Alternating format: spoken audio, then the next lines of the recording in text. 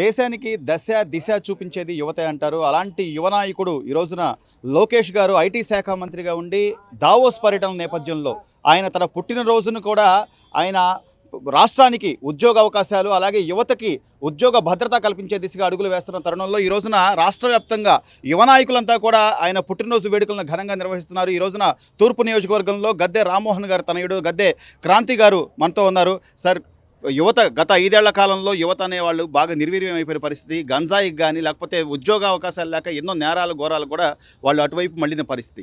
ఈరోజు కూటమి ప్రభుత్వం అధికారంలోకి వచ్చిన తర్వాత ఒక పక్క దావోస్ పర్యటనలో ఉన్నటువంటి లోకేష్ గారు ఉద్యోగ అవకాశాల కోసం ఆయన ప్రయత్నాలు చేస్తూ ఉన్నారు.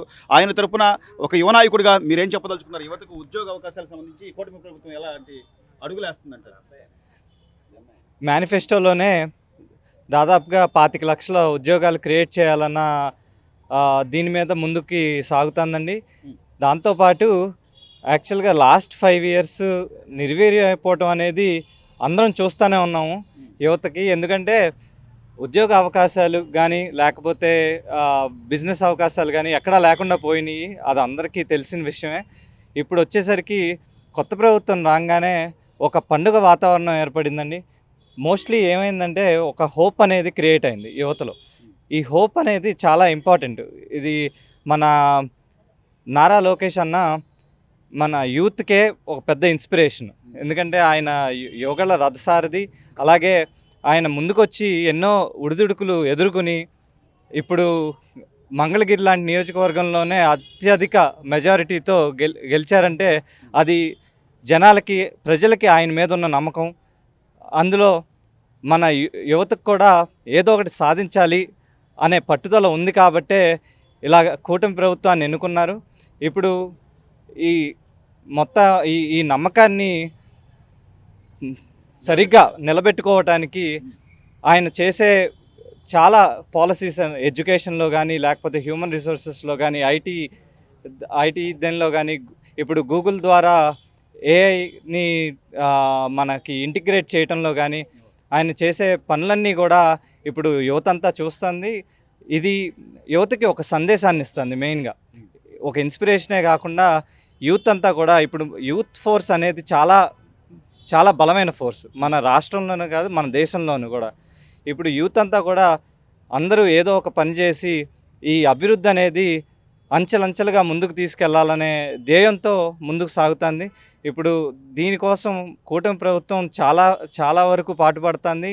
దానిలో నారా లోకేష్ లాంటి లీడర్షిప్ చూసిన తర్వాత కూడా జనాలకి అంతకంటే ఎక్కువ నమ్మకం వచ్చి ఇప్పుడు యూత్ అంతా కూడా ఈ గంజాయికి ఇట్లాంటి చెడు అలవాట్ల నుంచి దూరంగా ఉంటా కూడా ఈ మెయిన్గా ఈ డెవలప్మెంట్లో పాలు పంచుకోవడం అనేది మనం అందరం చూస్తున్నాము.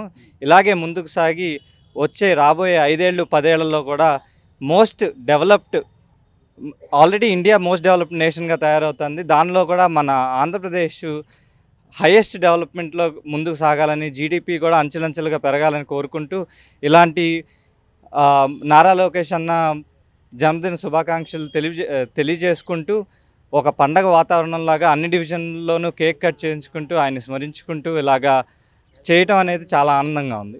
అదే సార్, మీ నాన్నగారు తిరుగులేని నాయకుడు. ఆయన గద్దె రామ్మోహన్ గారు అంటే వివాదరహితుడు. అంటే ప్రతికూల పరిస్థితుల్లో కూడా 2019-24లో గెలిచి ఆయన సత్తా చూపించిన నేపథ్యం. ఆయన వారసుడిగా మీరు రాజకీయాల్లోకి వచ్చే అవకాశాలు ఉన్నాయా? మీరు వస్తే అంటే ఎలాంటి ప్రణాళికతో రాబోతున్నారు?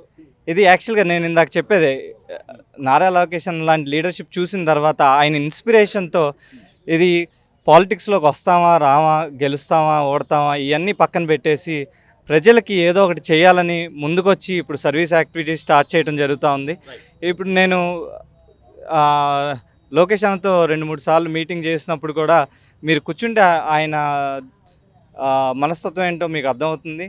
ఆయన అడిగాను, మీరు ఈ రాష్ట్రంలో బోల్డన్ నియోజకవర్గాలు ఉన్నాయి, తెలుగుదేశం కంచుకోట లాంటి నియోజకవర్గాలు బోల్డన్ ఉన్నాయి.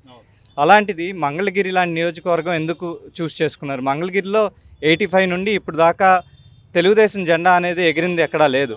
ఎందుకు చూస్ చేసుకున్నారు? ఆయన చెప్పింది ఒకే మాట, తమ్ముడు గెలుపోటములు అనేది సహజమే, అవన్నీ పక్కన పెట్టాలి. మనం ప్రజల కోసం ఏదో ఒకటి చేయాలని ముందుకెళ్ళాలి.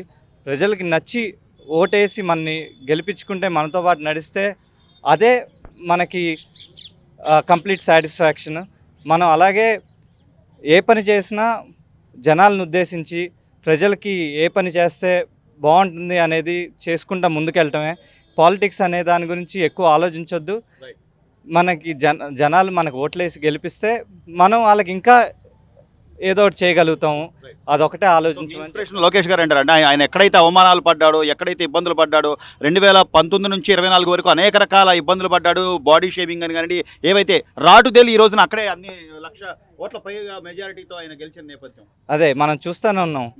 కత్తికి ఎంత పొదును పెడితే అంత షార్ప్ అవుతుంది అనేది ఒక ఎగ్జాంపుల్గా నారా లోకేష్ అన్న మనకు చూపించారు.